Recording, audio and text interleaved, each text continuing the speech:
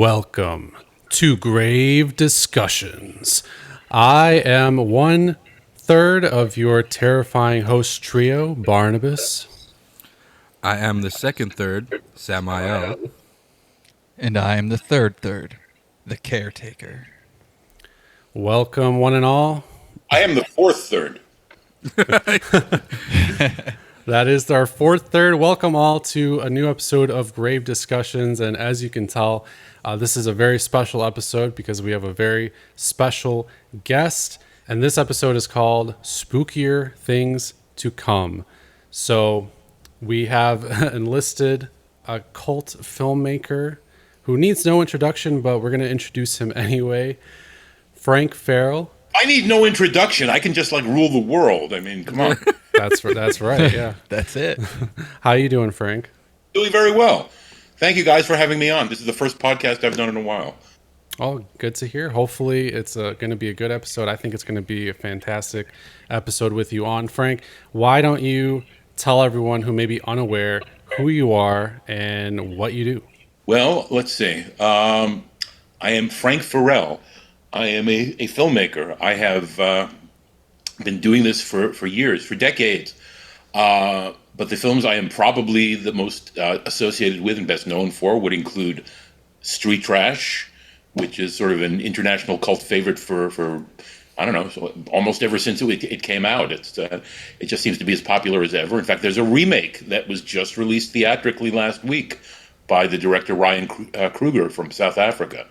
So, but I'm one of the makers of the original Street Trash, one of the producers, and I play the film's most controversial on-screen role, Which would be a man. the dismembered derelict. It said yes. My building is dismembered derelict, which doesn't really hint at the fact that my dick is cut off, but it is. Yeah, there's a lot of gross bodily dismemberment and things falling off in that movie. So It's funny because I didn't know I'd get on the titles at the end. I'm dismembered derelict, but that was come up with they came up with that after the film was completed. It's not indicated in the script or anything else, and I thought, all right, that's about as appropriate as you can get. Yeah. that's pretty appropriate. Yeah. Well, I'm Definitely. sure fans of the original are very excited for this new one coming out. I'm definitely pretty pumped to check that out. But you have some other credits to your name as well. Yes, I'm also primarily known, in addition to Street Trash, the other film I'm most known for would be the film Spookies, which was a film that probably a lot of people had heard of for many years, but they never saw it because it did not have an official video release in the U.S. for 35 years since its initial release back in the 80s when it was released on VHS by Vestron Video. So and Spookies, amazingly enough, had its first real moment of glory when it was put out on Blu-ray. Suddenly fans all over the world started to see it. People started to like it more than I ever expected. And it's a film that, as some may know, there was a bit of controversy around it. It was myself and my partners were first to walk off. We had a crazy man sort of financing it and dictating to us every moment. And we eventually stopped. We got tired of the abuse and we walked off. And he couldn't finish the film, and he somehow got roped into getting a pornographer who was working in an editing room down the hall from where we were to finish the film for him. But she somehow conned him into spending another large sum of money to insert a secondary story that is now intercut into the movie and helps it in many ways not to make any sense. Yeah. Well, I mean, despite that, and I do want to point out that if you are listening to this and you are interested to hear more about that particular part of Spookies, there is a fantastic documentary about it. Which is on the Blu-ray. Yep. Yeah, on the Blu-ray. Vinegar Syndrome has that Blu-ray out, and the documentary is called Twisted Tale. And if you do happen to watch that, then you'll learn a lot about it, and hopefully learn about not only the legacy and history of Spookies, but what went into it and the trials and tribulations that can go into filmmaking in general, right, because it's pretty wild. It's the kind of story that a lot of filmmakers deal with when they're trying to, do a low budget film, and whoever's in charge of the the funding, or whoever is worried about all those specific aspects of the film, there's usually a certain amount of tension and conflict between those factions. And in this case, I think we are like the textbook example in a way, meaning the film was finished, despite for years rumors that it was never finished, and another film that wasn't finished was put together with it to make Spookies. The original film, Twisted Souls, that we made was completed. We had to walk off the project. The new person who came in to fix the film, so to speak, just turned it into an entirely different film, and it wound up being called Spookies, which was really our backers' desired title from the start. Oh, from the start. Okay. Yeah. Well, he kept pushing that, and we didn't. I mean, to me, and this is still the case. Spookies sounds like it's a kids' film or something. And he wanted Spookies because it sounded like Goonies and Ghoulies, Okay. Yeah. and all these films that, because unfortunately, as you probably realize, a lot of people in the film industry, and this is a definite thing for low budget producers, distributors, which he also was a distributor. They just like to rip off things. They think, oh, if we have a similar title, we'll make more money. Oh, if we blatantly steal an entire scene from this other movie, we'll make more money. That type of thing. Mm-hmm. Yeah. Well, I mean, all things considered, Spookies has garnered quite a large cult fan base over the years. So, I mean, I think there is something to take from that. And I know, personally speaking, and one of the reasons that, our podcast was so excited to get you on, and we discussed this with you prior, but for the sake of the show, Samael and I have known each other for a really long time. And when he still lived here in Michigan, we actually caught Spookies not knowing about any of this, not knowing anything. It was a random. That's how most people catch it. Yeah, exactly. So, just a completely like random chance find for us. And Sam, you can go into more of the story, but It was just really super, super random because I was just browsing this like really shady website that had no security on it. It was just called creaturefeaturevideos.com, and I'm scrolling through. There's like cool, cover art. There's like The Night Brings Charlie. I was like, that seems cool. It looks old. I love 80s. Let's do it. And then I happened upon this cover art, and I was like, okay, Spookies is a little generic, your typical like Boo Haunted House title. Might as Right. well have called it Boo Haunted House. Like, but the cover art really got me as soon as I saw it, and then the back showed I forget her name, but she was being possessed, and then I saw the cool Grim Reaper statue, and I was like, oh, this is giving me reminders of Evil Dead, Night of the Demons, stuff like that.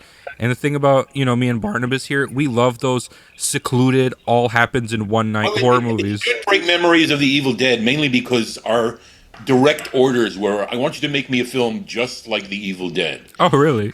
And we tried to do that and avoid making it as similar as we could, despite certain things that he just demanded had to be there. He wanted, a bunch of teenagers come to a house and, demons erupt and et cetera, et cetera. And we felt sort of compromised by that. We weren't looking to rip off other films. We already had another script we were trying to make at the time that he wasn't interested in, because it wasn't, I guess, enough like The Evil Dead. It was another haunted, not a haunted, but an old house thriller, let's say. And we made a deal with the devil, and we said, yes, we'll make your movie if you actually put up the money to make it. And we did. The one area we felt we could be as creative as possible with was to have a diversity of monsters and to make them as original and different as possible. Because, just going back to my days as a kid when I discovered monster movies, that was always the thing. It's like you're watching the movie and you're waiting to see the monster and you're waiting to see the monster. Now, at least half the time, the monster is a total disappointment. It never lives up to whatever is in your head. Yeah. And and other times, sometimes it actually does satisfy, and it's a good monster. But we wanted to avoid that. We just said, all right, every 10 minutes or so, there's another monster. And that aspect of the film, I think, is the one thing that still remains there. It wasn't, totally destroyed. that that's what people seem to still like it for. I mean, aside from the totally schizophrenic, like a drug-induced hallucination. Right. Yeah. Oh my god. I mean, that's definitely what I gravitated towards when I first watched it, was just how cool the monsters were in it, and how like just the practical effects. Oh my behind god, the practical monsters. effects. Oh my god. Like So good. So I loved fun, it. dude. I love the monster so much. I love the whole like it was like Evil Dead and Night of the Demons, but it was its own thing. I just want to know what the hell was Duke doing hanging out with someone like Peter? Like those two guys. People ask these questions all the time, and I see this in reviews to this very day, where they say, "What in the world are these people doing with each other?" They seem to have like nothing. Nobody seems to have anything in common with anybody else, and that's because that was intended like that. They were just a bunch of people who got the older guy played by Peter Dane. Was supposed to be this older boyfriend that one of the younger characters had. And initially there's a scene towards the beginning where they're driving around before they get to the mansion. And there's dialogue in there that pretty much explains what's going on, what happened, what they think they're doing, but all that's gone. So All that. Yeah. And it's I don't think it ruins the film. I think the film was ruined by a number of things. Yeah. My estimate. And the fact is that for many years, myself and my partners, it did us no good at the time of its release. We didn't feel like we could own up to it and say, this is our film, because it really was no longer our film. We didn't feel in any way pleased with what had happened to it. We felt ashamed, to be quite honest. And what happened was that, I mean, at that time in the late 80s, mid 80s, late 80s, we did not get the immediate like boost in our career path to think, oh, we finished the film, now we can get financing for another film. And in fact, I mean, we literally have, myself and my partner, Tom Doran, who I continued to work with for years after from the film. He's one of the co-directors of the film. We just found that anytime we actually tried to present it to anyone we wanted to try and get work with or raise money for another film, it had a negative effect. It did nothing positive for us. Yeah. So we just had to chalk it up. And then meanwhile, myself and Tom had still an unrequited fixation on wanting to make films. So we continued our career path, but it did not give the immediate, uplift that we felt it was supposed to. Yeah.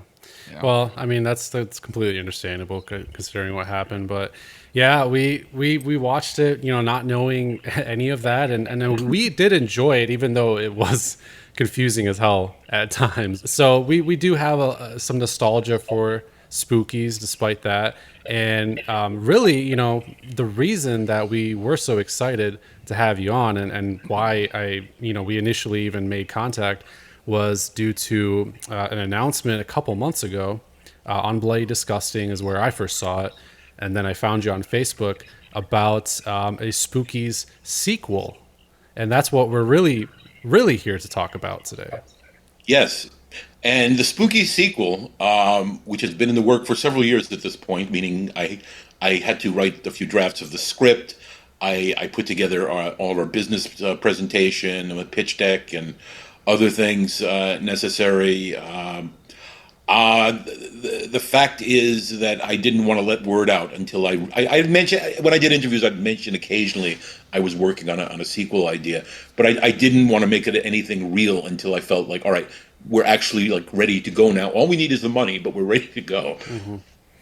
Okay. Yeah. Interesting. So, I mean, let's talk about it because, like I said, there's the documentary, and you've mentioned this before about, the troubled production of Spookies, and, you can dwell on it so much, and I'm sure we will reference it at various points, but we would love to primarily focus on the Spookies sequel because in recent years, with the Vinegar Syndrome Blu-ray release and even the documentary and this renewed interest in Spookies, I think a lot of people are excited. Fans definitely appreciated the documentary. It explained what the fuck was going on. Yeah. To some degree. Plus, I mean, I think it vindicated us as the filmmakers to be able to just get that story out there more widely and not feel like we have. Because every time I brought up Spookies, almost anywhere, I'd have to like make some feeble excuse for Spookies before I even started saying anything about it.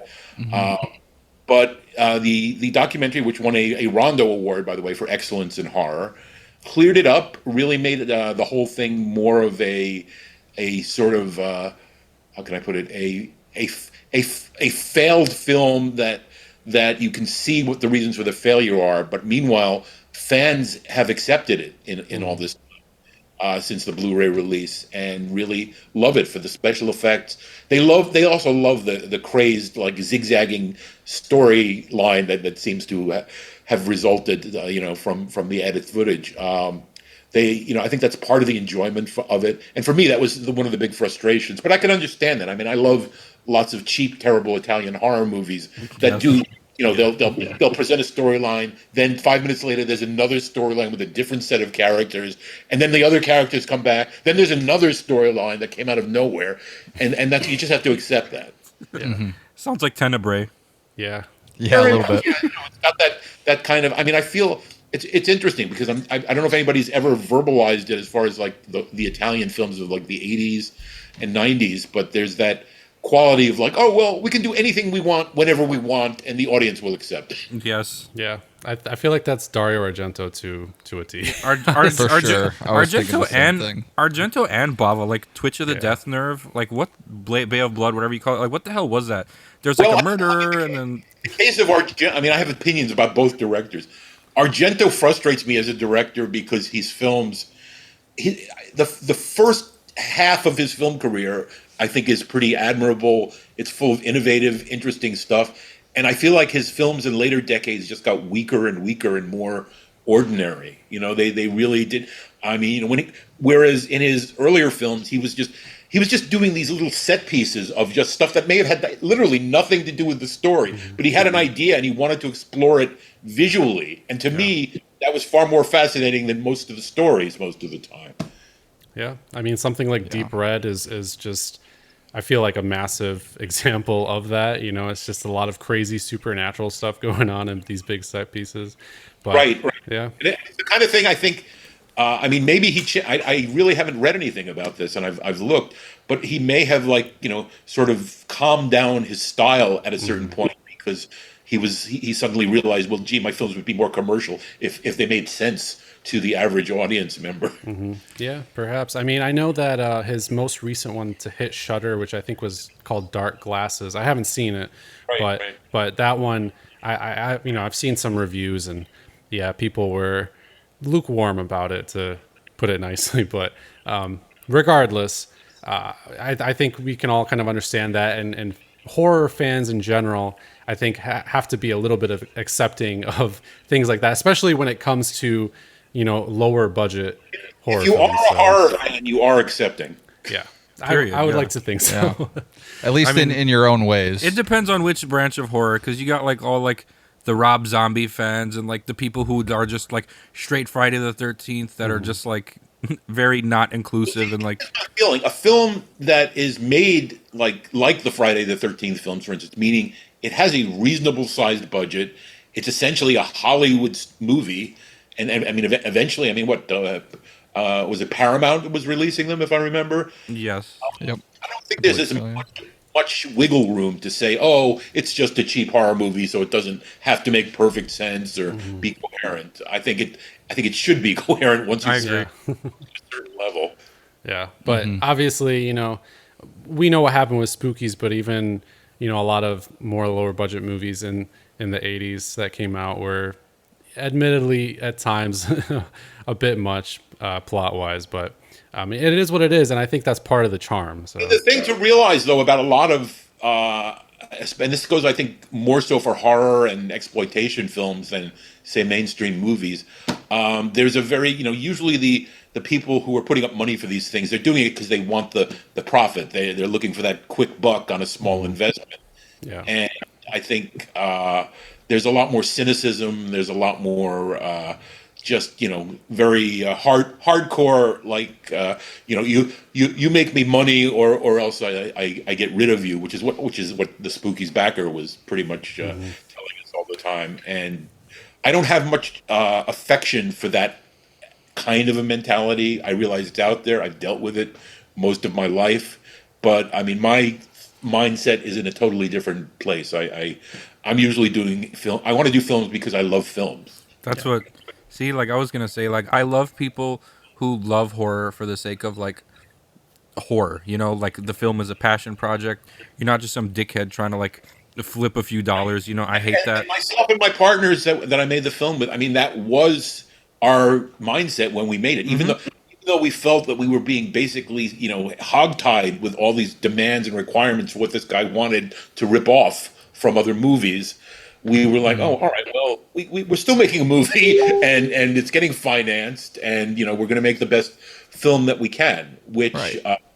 I think at the time, I mean, we were even frustrated during the shooting because we did not get to do more than one full draft of the script, which is insane. Yeah. I mean, it doesn't know how anything should be made, but we had to, as soon as we did a first draft, it was approved, and we had to instantly move into pre-production. Yeah. So let's segue into Spookies 2. Having said all that, obviously we have a lot of questions, but given what you just said, I think we'd love to know kind of your approach to Spookies 2, to the sequel, in terms of not just the financial aspect of it, but the story, but also I'm assuming that learning from the experience of Spookies, that you're going to take that and try to have ownership, or obviously do things a little bit differently with Spookies 2, right? Well, I mean, Spookies 2, you should realize, first of all, myself and my partner, Tom Doran, who unfortunately passed away in, I believe it was 2016, we continued to work together for years afterwards and wrote other scripts separately and together and alone. We still wanted to do anything we could to get to make further films. We went through years of utter frustration and slam doors and in our faces and etc. But we just couldn't stop. At one point, we just realized, all right, we have to keep doing this because we have to keep doing this, and we're not going to stop. So let's just keep plunging ahead as if we're going to be making films. So that was always our attitude. But I mean, any number of projects came, this close to getting the money together. It didn't happen. I sold scripts over the years and had deals going with various people, and films almost got made again and again. And it's very hard to stick with that, to tell the truth. And most people wind up, at least maybe early in their career usually, but even, later on, they'll just say, all right, I've had enough, and decide no more of this, because it's a constant, matter of knocking your head into a brick wall. Pretty much, you have to really believe in yourself, or have enough brain damage from the brick wall. Yeah, Definitely. Yeah, I get that feeling. Being Bart and I being filmmakers ourselves, we've had our troubles, throughout different various shoots and issues and all sorts of things. Maybe not to the extent that you have, but it's sometimes it gets it weighs on you very heavy. It makes you think, like, is this the right path? But constantly, always tell ourselves, yes, it is. It is. It's most likely to cause you great pain, one way or another. yeah. Great pain, but with great pain can come, great achievements. Oh, true. So. I mean, and all filmmakers I really admire and have learned the most from, usually were obsessive and fanatical, and and a lot of them, if they were, whether later in their careers or sometimes right at the start of their careers, sort of shackled by having very low budgets. I mean, you mentioned Mario Bava a moment ago. Mm-hmm. From what I have read, and I can't believe this is true, but Mario Bava, after the first few films he directed, his budgets literally got slightly lower with every film. That's funny. Dang. So, and the attitude in cases like that is usually the producer saying, "Well, if we just spend a little bit less, they'll never know the difference." But I think after a while, you know the difference. But Bava, his films, even though I think his later films are nowhere near as good as his early films, I feel like he was always trying. He was always attempting to do something of interest, to give it some artfulness. I feel there are a lot of filmmakers like that throughout the history of cinema. Mm-hmm. Yeah, most definitely. Well, I think I saw a comment that you posted somewhere saying that, well, obviously you're currently looking for investors for the sequel. So, I mean, I do have to We've just we've just started. A couple of companies have seen it, but we haven't even officially started to get it out to companies on a Okay. real. Okay. Well, how big, I guess, are you hoping to go? I mean, obviously, I know it's impossible to tell at this juncture, but what's your vision for this as far as the kind of scope you want for Spooky Well, City? I budgeted it at about a couple of $1 million, which is approximately. I sort of calculated that in terms of what we spent on the original Spookies and transferred into today's dollars, that the cost would have been slightly under 2 million. So that makes sense to me. Although I have to admit, my script is like so much more ambitious than that. That I mean, we'll see what happens. We haven't gotten down to the brass tacks and really started to put things together solidly. But I mean, I just wanted to let my imagination go as wild as it could, and I did.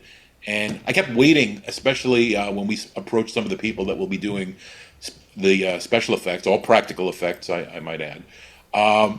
That I was waiting for them to say, "All right, Frank, you can't do this unless you have $50 million." But nobody said anything like that. Nobody, there was no, rejection or warning us or telling me I was going to be really unrealistic. We'd never be able to pull it off. And I was taking into account things like so many aspects of filmmaking now are less expensive to do. I mean, video is pretty much the medium for most films nowadays. The time taken to shoot video, to light for it, to do everything necessary is greatly reduced with the technology that's been brought out in the past couple of decades. And I was taking that into effect. The ability to manipulate images with, as far as special effects go, I think gives you a great advantage. So I sort of took that into account, thinking we can definitely, if we had tried to make this film back when we made Spookies, we wouldn't have had a lot of things that we can now take advantage of. So, I mean, that was definitely one question that we did have was regarding the effects, and I think we're all pretty relieved to hear that you have this practical mindset for the sequel in mind. That's been Because priority from the start, and I can't. Right. If I did it without practical, like basically all practical effects, the fans would, I think, boycott it in great numbers. I'd watch it no matter what. I mean, even I like understand, but I mean, I get that question like frequently. Oh, is it? How much of it is practical effects? And then I say, well, everything will be practical effects aside from maybe a little tweaking of things with some CGI. yeah. Right. yeah, And I and I feel for many reasons that was necessary. I think it's really interesting because horror fans have always been very aware of practical effects, and when CGI came into vogue, they were very aware of what you could do with practical effects that still was better visually than a lot of what you can do with the best CGI. And what I've noticed is that recently more mainstream audience members seem to be somewhat aware of this, and the mainstream audience is aware of terms like CGI versus practical effects. yeah, no, totally. I mean, just there's still media literacy to be learned among the overall, I think, movie going populace, but definitely people are very aware of it, and depending on how you use CGI or practical effects, I think it can be very noticeable. Obviously, if you use CGI the right way, then it's not as noticeable. But especially in the horror realm, I mean, I'm on like social media a bunch. I know these two guys are as well, and Right. the constant dialogue is about oh, why can't this be practical effects? Like, let's go back to the days of practical effects. And so I mean, it's there, but I think you really have to look to a lot of more of the independent film scene to see that a lot, because once you dip into Hollywood, some with some exceptions, of course, then that's where you start seeing those constellations and Right. the more visual effects heavy stuff. I mean, I think Hollywood, the money being spent is always the bottom line. Although big studio productions want to look like big studio productions, so they put quite a bit of money into them. But I think in many cases, even the best CGI for certain types of effects is not the best you can do. Yeah. Yeah. Yeah, I mean, there's certain very specific. I mean, I've tried to watch things and try to make myself understand, like, why does this not look good to me? And certain effects are perfect for CGI, and I think other things. I think with the practical effects, there's, even if it's subconscious, there's an awareness that this thing you're looking at is actually there in front of a camera. Opposed to now, when you're really not sure what's in front of the camera and what's added later. Well, I mean, considering that the monsters are a massive part of Spookies, and I think one of the main reasons why so many people love the film in general, I mean, particularly Twisted Souls, you know, I think a lot of people want to know how heavy are you going to be going on the monsters in the sequel? Obviously, with what you want to share. This film will be overburdened with monsters. Yes. Love to hear it. Myself and my partner Tom, I mean, we, as I told you, we kept trying to get various ideas together. He had a historical Scottish cannibal epic that he was trying to mount for years. It was like his pet project, and that never quite came around. I mean, he kept coming up. I mean, it would have cost millions. And at one point, we had somebody over in England very interested in it, realizing it would cost millions of dollars, etc. We almost got to the point of signing contracts. And then the guy decided that, oh, well, I have a hot young director I'd like to have direct. And Tom's bottom line the whole time had been, all right, I'll work with you. But my only request is that you have to let me direct the film. That's the bottom line. And so that didn't happen, and we did not sign those contracts. However, in this case, we at some point, after attempting to get various projects, we realized the best shot we might have at raising money would be to do a Spooky sequel, simply because Spookies was a somewhat known title. This is before the Blu-ray was out, and most people were aware of it through the VHS, or for a while it was available in a bootleg of the VHS on YouTube. But that was the only way to see it, really. And Tom was, he was of a mixed mind on this over the years. I mean, at various times, and for a number of years, he just said to me, I want nothing to do with a Spooky sequel. I hate even thinking about Spookies. I refuse to have anything to do with a Spooky sequel. And then, one day we're talking, and out of nowhere he says, oh, by the way, I wrote an outline for a Spooky sequel. Oh, wow. And I thought, oh, okay, can I read it? And I did.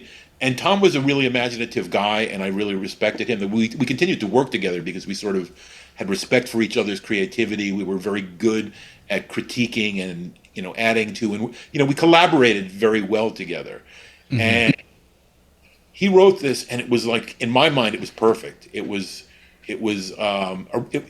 I describe what the film is that I want to make here as an anti-sequel, as it's in many ways a reaction from the filmmakers concerning what happened to their first Spookies film. Okay. Yeah. And I'm not sure how many sequels have been quite like this, really. And I was thinking about this the other day. The only thing I can think of that might have somewhat of a similar tone is, like, I don't know if you've ever seen Beyond the Valley of the Dolls, which was it. well, Valley of the Dolls was a top-selling novel. It was made into a movie, a dramatic movie in Hollywood, and then they wanted a sequel, and I guess, somewhat misguided reasons, even though I think they were well decided, they got Russ Meyer, who was known for making softcore porn. Basically, I think he's probably the best softcore pornographer that ever lived. And they gave him like quite a bit of control, and he just basically did a satire of the first film. And I don't think the studio was aware of this. I think they sort of didn't know what to do with it or how to market it at the time. But as I said, it was sort of his response to what the other film was. He was mocking it, and we're doing that to a great extent here with Spookier. We sort of had lots of emotions connected to what happened to the first film, etc. but we're doing a little bit of direct. We're poking fun to some extent at some of the people, like our backer, the director of the other film, in meaning that there are characters that are not exactly modeled precisely after them, but they reference them, and I think the overall plot sort of, about the wealthy and powerful taking over things that people are trying to do that they really care about. The story takes place in the town that the mansion in Spookies was in. And there's only briefly a scene at that mansion at the beginning of the film, which is entirely there for fan service. In fact, I had several people tell me I should cut it out. But I can't do that. Well, we'll see. I mean, if the budget tells me I should cut it out, maybe I will. Sure, but, sure. I mean, there's good fan service and there's bad fan service. So well, in this case, it's almost like a mockery of fan service. No, like literally, I have it so that there is and I specified it that there's a 1 minute montage of quick cuts of stuff from the first movie, and that's just to give some setup to the whole thing, and then it sort of just goes into another universe of aesthetically and story wise, and and this goes back to Tom's original outline, because when he did it and I read it and I thought, wow, this is great, and it's funny and smart and all the other things that we thought we wanted to do when we made movies until we made Spookies, and I feel it's got an audience potentially beyond like horror fans, because I designed it to play as a horror film, but it's also an action adventure with tons of comedy. I'd say it's maybe somewhat similar to stuff in terms of the tone, stuff like Gremlins. What you call it? I'm trying to remember now. The film with the giant worms. Tremors. Creatures. Tremors. Yes, Tremors, I'm sorry. yeah. Yes. Critters, stuff like that, where there was like kind of an obvious comedy element to it that was, not just sort of an add-on to the horror. I think Tom and I we had many types of films we wanted to make. I wrote comedies, I wrote science fiction, I wrote horror, I wrote film noir, I wrote a variety of different genres. And in doing this, I tried to incorporate little elements from almost all those genres into it. And then the other thing too was, I feel like this has to be, for me, everything Spookies was not, which is my primary goal is to entertain the living fuck out of any audience that sees it. And that's very important to me, meaning that there shouldn't be like with Spookies, you keep wondering what's going on. I want to make a film where there's no time to wonder what's going on. So wrapped up It's just you batshit just crazy. what's happening at a certain point. Yeah. And Some coherency. Well, no, there is coherence. I actually have a fairly involved storyline with characters that have actual motivation and a reason to be there, and at the same time, it's as I said, it's a peripheral sequel. It's not. There are direct links to the first film, and there are even some of the monsters are references to the monsters in the first film, but we made no attempt to imitate what we did the last time. I think there will be fans who might be disappointed that it's not another cheap film with a bunch of teenagers who are all over 30 in a house. We realized that every Tom and I, when we talked this out, we felt it had to be entirely different in tone, in what we were trying to get out of an audience. And I think I honestly, modestly claim I don't think there's been a horror movie exactly like this in terms of the way it's set up, the structure of the storyline. What I've told some people, and I think this is pretty accurate. There's a fairly well-known comedy from the 1960s called "It's a Mad, Mad, Mad, Mad World." It's a mad, mad, mad, mad world with lots of monsters. Nice. Yeah, and that's basically a ginormous road movie too, although it's not sounding exactly like this is going to be a road movie, but no, it's not. But I've always liked the structure where you've got all these characters, and they sort of all connect at one point, and then something happens that sends them all in different directions, and you're cross cutting between these various factions of characters, all with the same goal. Yeah. It's not quite the same, but it's that kind of a structure, and I think I don't think that's been done in any horror film that I can think of. Certainly, it was mostly done actually in comedies that followed after Mad World back in the '60s. Yeah. No, I mean, I completely agree. And that was one of our questions. And it sounds like you've kind of expanded on it. But obviously, the first Spookies and the movie that, you and your partners were making was certainly not small, but, was to this house. Well, And it was small. I mean, by Yeah. today's standards, it was today's standards. Yeah. by standards in the '80s, it was maybe a little less small. Yeah. So, obviously with this sequel, you are hoping to, expand it to the town. And overall, it sounds like it's going to be much bigger in scope. So I wonder about your approach to I that. feel confident in a lot of it. I think the comedy element is solid. I feel that there are a lot of characters that are actually defined and that interact well with each other. And I think it's, as I've told some people, it's an adult movie, meaning it's not something that you can just sort of pass off all its inadequacies. It shouldn't have those inadequacies, at least this time.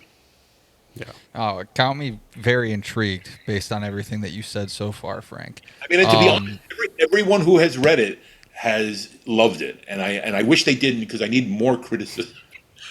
Hey, we'll read it.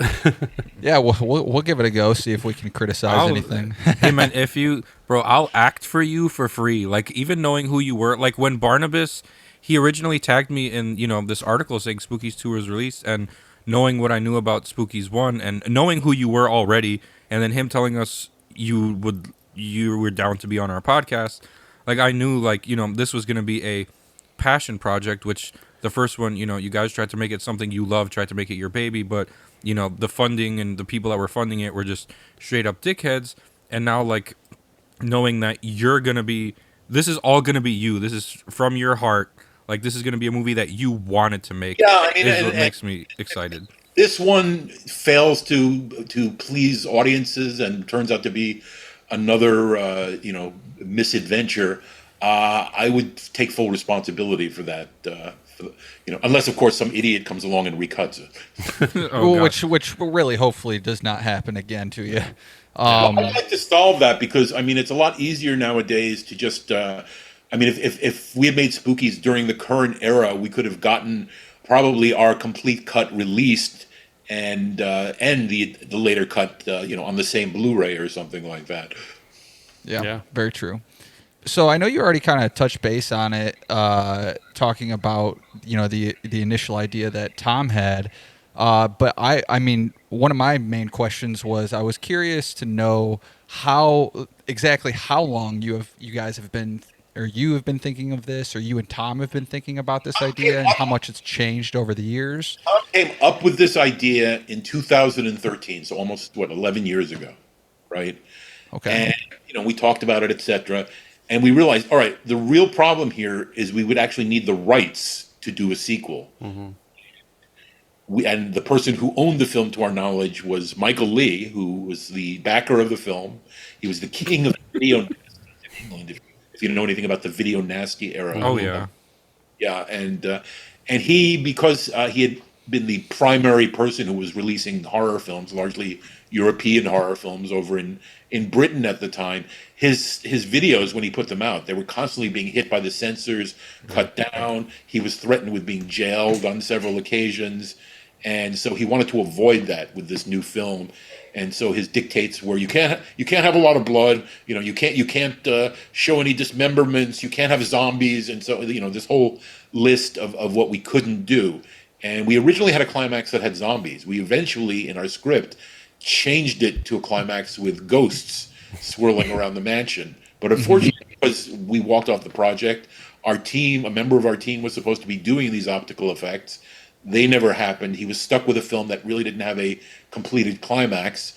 And so when the new filmmaker who he hired, she added all this additional stuff. And it became, if you watch the film, it's so bizarre because I mean our first rough cut was like 2.5 hours long, as most rough cuts are. They're far longer than the finished film because everything is very loosely cut together. You're just trying to get the assembly of the basics into some kind of coherent order, and she wanted to do this specifically to get herself a real directing credit, which she did manage to do.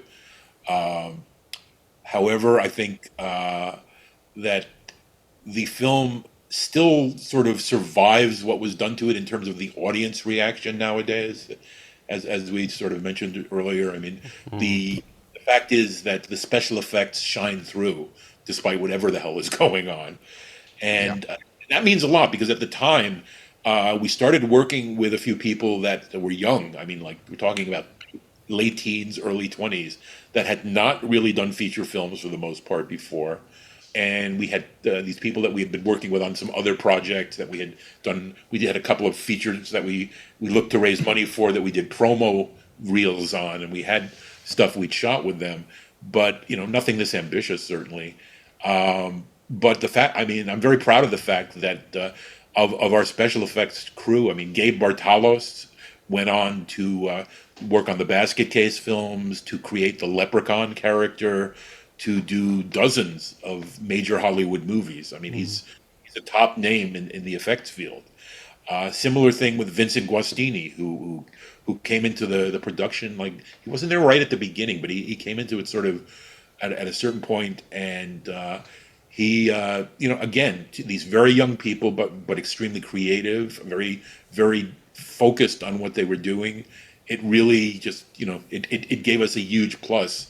And then there was Jennifer Aspinall, who went on later to win Emmys for Saturday Night Live makeup, has continued working on major TV, I think primarily TV, in the years since, and she is the uncredited creator of the actual look of the Toxic Avenger for Troma.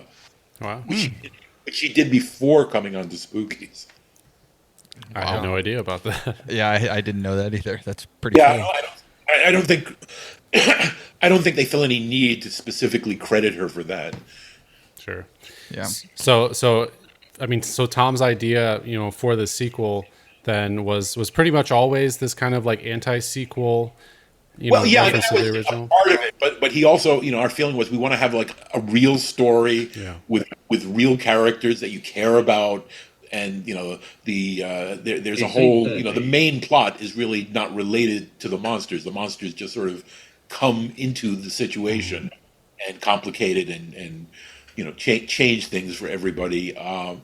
But I mean, we were very aware that we also, I mean, because we, like I said, we all both loved all kinds of films, of many genres, that we wanted it to have various aspects of things that we really loved. I mean, I write a lot of comedy, so I really wanted the comedy element to play out. So I mean, so it's really, it's like it's got this sort of almost 1930s screwball comedy type of a thing where there's lots of characters, lots of fast dialogue all over the place. An attempt to give it some kind of a heart, I think, is really Yeah. Yeah. So I know you kind of referenced it earlier, like obviously with the anti-sequel and everything, but I am curious to know, like, even dating back to the original Spookies, what some of your inspirations for to make Spookies, and what some of your inspirations are to make Spookies 2. Said, hey, we'll give you money if you'll make Spookies, because we had another, like I said, another thriller that took place in an old house that we wanted to do that I think was a better script. Yeah. And this guy just didn't, and it was in that particular script there was one central monster, and our backer, he wanted his Evil Dead ripoff because that's what he felt would make him a profit, and so he was he was mostly concerned. I mean, our initial meetings about this were him, just essentially repeating over again. Oh, and they walk into the next room and there's a monster, and they open a door and a monster pops out, and then they go down the hall and there's a monster and it pops out, and and so we realized what was wanted more or less, and we had to go that route. play ball. I think also, I mean, at the time, and I didn't realize this until later years, but I look at the other similar types of films with similar effects from that period. I mean, for instance, something like Ghoulies, which was from a fairly, well-known company at the time. It came through Vestron Video and Charlie Band's company, and they claimed the budget was $5 million, which I don't think I believe. But I watched like as many of these films as I could, most of which I'd seen years ago. But I watched after I wrote this. This is after I wrote the script. I tried to see a lot of these films just to get a sense of what the competition was really like back then. And a lot of these films, including Ghoulies, don't match up to the effects in Spookies. No, they don't. They're not as interesting. They're not as well designed, and the manipulation of them is better. Yeah, I can agree with that. I mean, one of the most well known and I think well liked, obviously, is the Spider Woman. Oh my and God, that entire sequence is fantastic. Yeah, I think that's the monster scene in the film. That's most people usually point that out as their favorite scene. Now, unfortunately, that scene, like virtually all the other monster scenes, is what you see on screen now is about maybe 40 to 50% of what the scene was supposed to run in terms of the time. The spider scene, for instance, there are photographs of it online. The thing was supposed to grow into a full-size giant spider, which we built, which was supposed to be on screen, but it's nowhere to be seen. There were also if you remember the scene, there's like a spider, like a 2-foot spider that jumps on the character, and sort of that's the prelude to the spider lady sucking his life fluids out. Yeah. Originally, when the woman steps out, there are these 2 boxes that open up on either side of her, and these 2, they're giant spiders, but they're not giant spiders, come out of these boxes, moving along, her on either side of her, and that's just gone for whatever reason. And things like that still just tremendously frustrate me in terms of, for some reason, this woman decided that stuff was not worth keeping, but her added footage, much of which is just padding, is included. And I think it was a matter of her deciding that she wanted about half the movie to be her own footage, and that's literally how it's cut. Well, there's about like 15 to 20 minutes of just like the birthday kid roaming around and going into the mansion and running around the woods and stuff. I don't know. The worst part of it is like at the end with their zombies that they made, like not the ones you guys made. That's my least favorite part of the film. I swear. Yeah. The ending of her just it goes on for about 5 times longer than it should. Literally, like 7 minutes of her just like stumbling through a bunch of high school kids with terrible makeup dressed as zombies. If you've ever noticed, and this is something that I used to talk about with Tom, in cheap zombie movies, almost all the zombies are wearing plaid shirts, or at least, and they all had flannels. Because when you make a cheap zombie movie, you go to the local Goodwill or whatever and go through their clothing, and you're pulling out, among other things, lots of plaid shirts. Yeah. Yep. So plus, if you look at those characters, the graveyard surrounding the house looks like it's supposed to be like a century old or more, and that's the intention. But meanwhile, the zombies in the climax, they're wearing jeans and. Yep. Yeah, it's crazy. It's pretty wild. Now, obviously, I think there is some semblance of what you and Tom and Brendan were going for as far as the overarching plot of Twisted Souls. Yeah, the original doesn't really come through, but wasn't exactly a complex story, but it was a bunch of people come to a house, all this shit happens, and then they try to escape from the house and live through all the assaulting monsters that come out. And it was that simple. Yeah. There was supposed to be some kind of occultist guy or something like that. There's the character Creon, who was a sorcerer, and you're never quite sure he's supposedly in the house somewhere, controlling the events of the story that take place, and it's never quite clear where he is. Some people think he's in the attic, other people think he's in the basement. Right. Yeah. So, that was actually a bastardization of like a lot of things that they did with the added footage.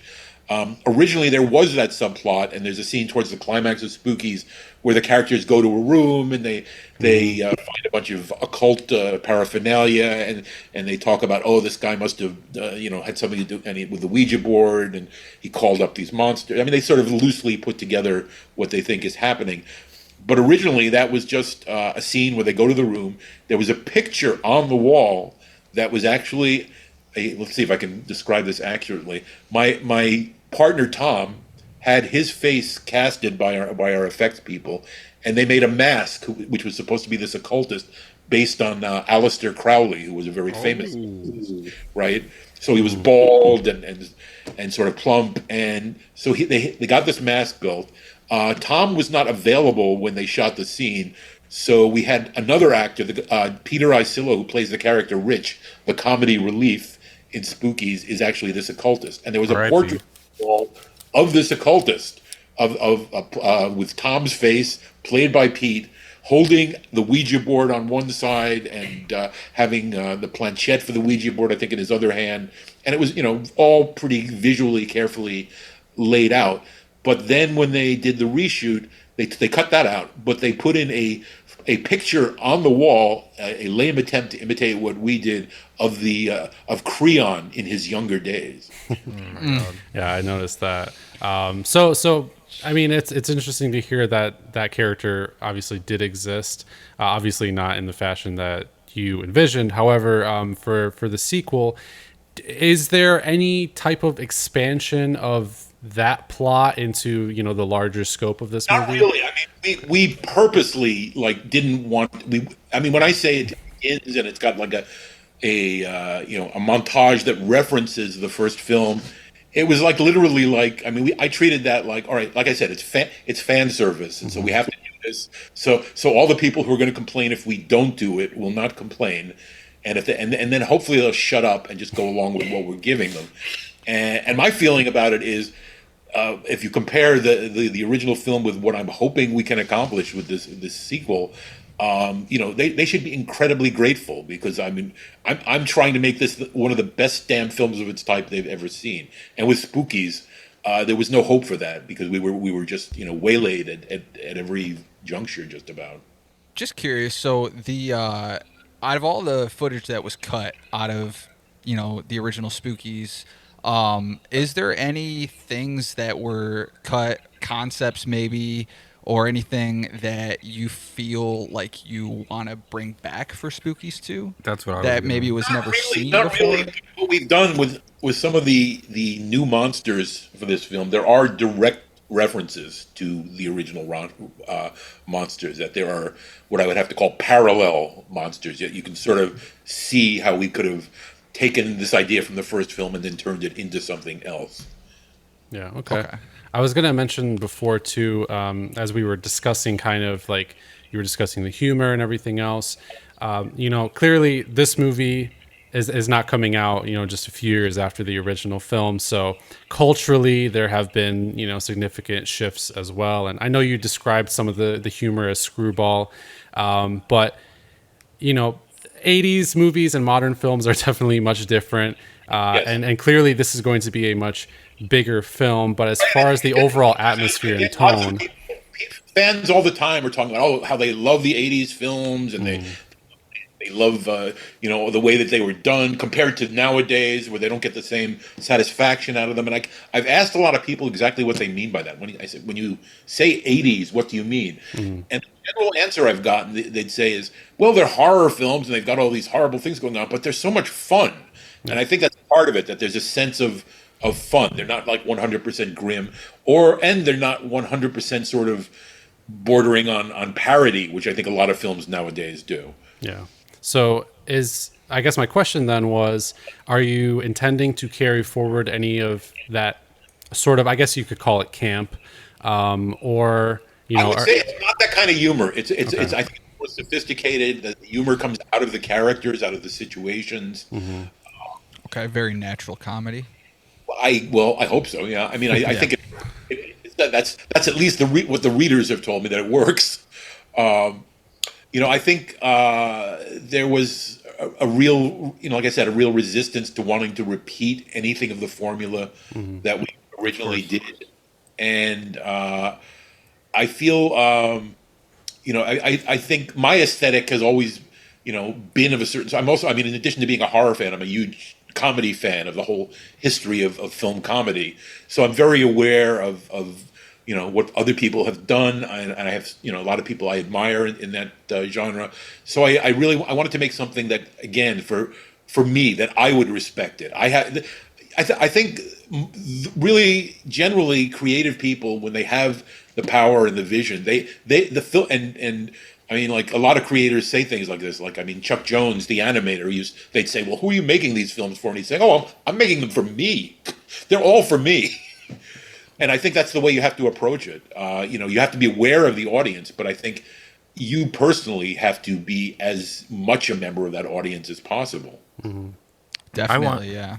I wanted to ask, given how much has changed since the '80s, and like the style you're going for now, and growing as a person and all the stuff you've been through and things you've seen up until today, how has your creative process changed since then, and anything that significant that's happened to alter your creative process? I think I do everything a lot more efficiently, and I think I have enough overall knowledge that I've acquired in the years. So I think I'm less prone to making errors in judgment. I think back, like I've already told you. I mean, back in the original Spookies days, we wrote one draft of the script. So there was. Nowadays, I will just keep tinkering with something until I feel it really works, and I'm pretty critical of my own work. So I think there's a lot more care that's gone into this. I think there's a greater awareness of what makes an overall entertaining film. Plus, I keep foremost in my mind also my partner Tom, and I'm always like, every time I would come up with an idea, I would think, all right, well, what would Tom say? What would he think? How would he, suggest that we do this differently or whatever? And I think what I've written, I think, would satisfy him. Because he was always a fan of my work, so I feel I feel that he would approve. At least I sure hope so. Yeah. So since you mentioned that he conceptualized this in 2013, Right. and I know we've asked sort of about how things may have changed, but has anything really significantly within the story changed as far as, like, over the years, regarding reflections of modern day life, of cultural shifts, anything like that, or even just like Not a lot. I mean, to themes? tell the truth, I mean, especially with something like comedy, it's like I think that the less you attach something to a certain time, aside from the fact that, like, there's always going to be certain elements that are of a certain time, that whether it's the camera work or the lighting or other elements. I think I mean, for instance, I like comedies that are that work in a way that they can be sort of universal, meaning they're not going to necessarily date. They're not going to be completely incomprehensible to someone from another culture. I think because I always keep the audience in mind. I ran movie theaters, so I got very used to gauging audiences' reactions, and I think I feel like this is going to be. This is like our graduate thesis or something. This is this is a chance to like it, as I said, this is a chance to show what we could actually do. We could have done maybe even back in the days of Spookies if we hadn't been sort of forcibly put in a position to make something that we personally would have chosen not to make. Yeah. Not to make it the way it was in any case. Mm-hmm. Well, regarding the horror elements themselves too, I mean, horror as a genre has shifted a lot. I mean, you still have movies similar to what you're going to be making, and right. I mean, we actually love this movie called Psycho Goreman that came out pretty recently. Yeah, so very similar. But on the other hand, you have theatrical releases and what people like to call elevated horror, which we don't really like to use that term on this show. However, I do wonder, as far as the horror elements go in Spookies 2, have you taken any inspiration from any of these new techniques, themes, or just general kind of attitude about horror? Not really. I think it's a matter. I mean, I just let my mind go. Most of the stuff that is in the actual script is stuff Tom came up with in his 8-page outline years ago. I added some stuff. I added some monsters. I changed things around.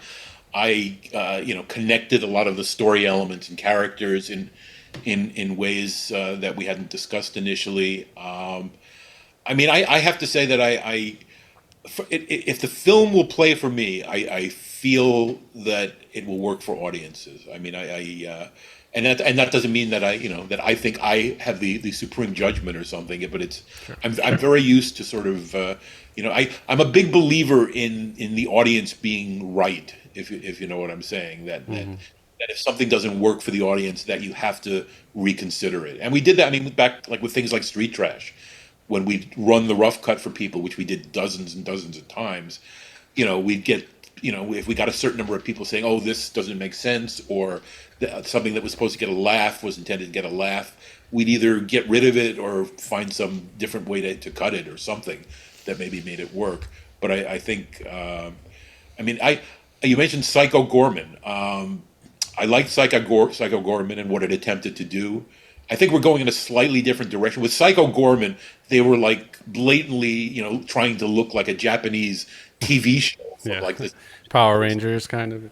Yeah, very much that type of a feel where you're not for a minute accepting this as real, but you're buying it anyway. It doesn't matter.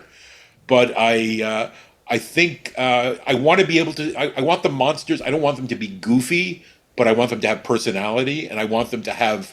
I want the monsters to have the ability to get a laugh when we want them to. I think I also want to do things I guess differently than I've seen them in a lot of films. I mean, for instance, I don't know if you've ever seen I'm very big into Hong Kong films and Hong Kong horror movies. I love, but there are movies from like the '80s, like A Chinese Ghost Story.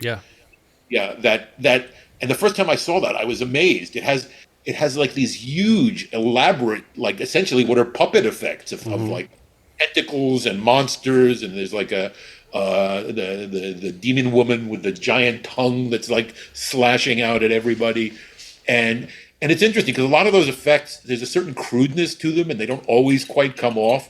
But the first time I saw that, I was like, wow, they can't quite actually do this. But they're going right ahead with it as if they have millions of dollars. They don't give a fuck. It works because it's just got so much like momentum to it. Generally, Hong Kong films in general at that time had a lot of momentum. So I think there will be a different approach to the monsters. Plus, also in the original Spookies, I mean, we ourselves and our effects team, this was like really our first big moment. Doing a feature film, and we made a lot of mistakes, and we didn't quite know the best way to do certain things. It's just like with Street Trash, when we did the first couple of melting scenes, they didn't work because we didn't have time to rehearse, we didn't have time to test things, so we'd get out there, and then like whatever was the fluid that was supposed to be coming out of somebody's body in Street Trash wasn't quite viscous and liquid enough, and so it would just be too slow dripping down, and then we'd have to go back and say, all right, no, we have to reformulate this, we have to refigure out so we eventually got it so we could pull it off, but it's now I think to be working with people who started out with me who didn't really have a full grasp of everything that's involved, who are now top people in the business and innovators and really do understand that and have remained very loyal to the idea of practical effects. I mean, these are guys, they're artists, and they could go right ahead and be involved in things that are very CGI oriented if they wished.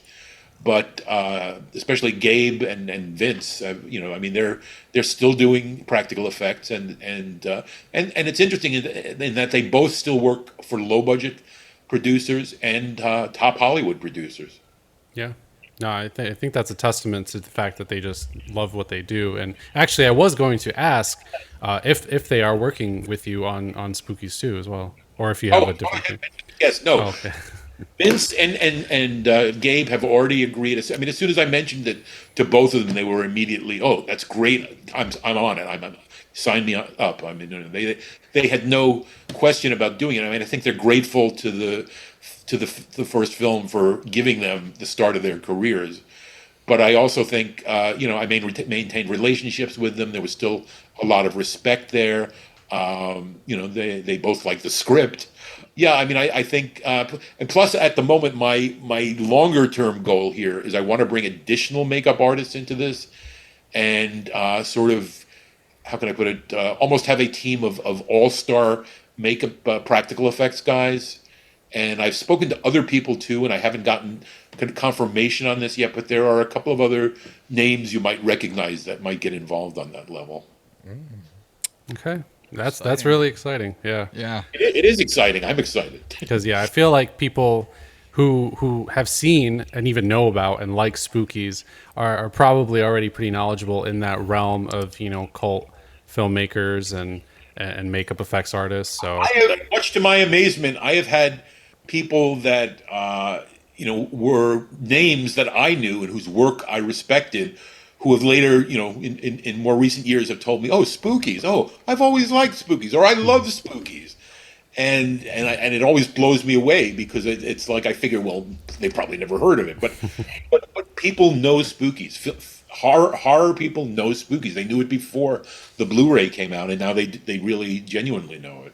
we did want to ask actually about, well, because originally I was wondering, Michael Lee snafus aside, how difficult it is to even get distribution for a relatively lower budget film, because I mean $2 million, perspective is a lot of money, but in the film world it's not as much. But right, and 2 million or films in that budget range were considered low budget even back when we made Spookies. yeah.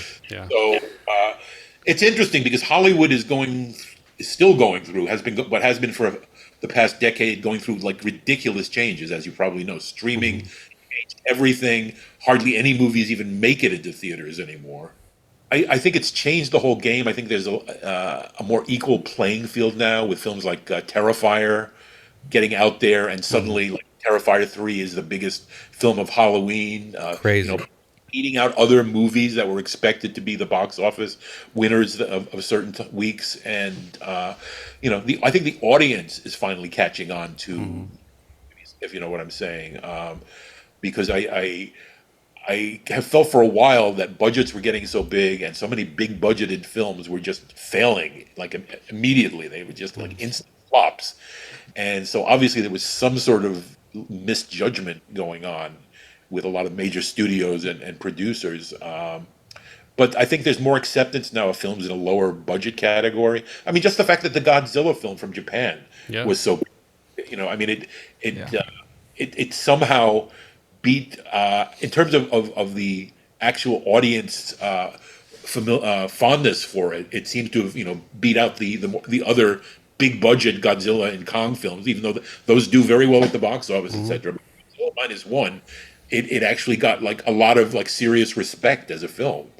Oh, I personally preferred it to many of the Godzilla films that I've seen, which is most of them, honestly. And I think it's just a matter of that passion and quality, like you mentioned.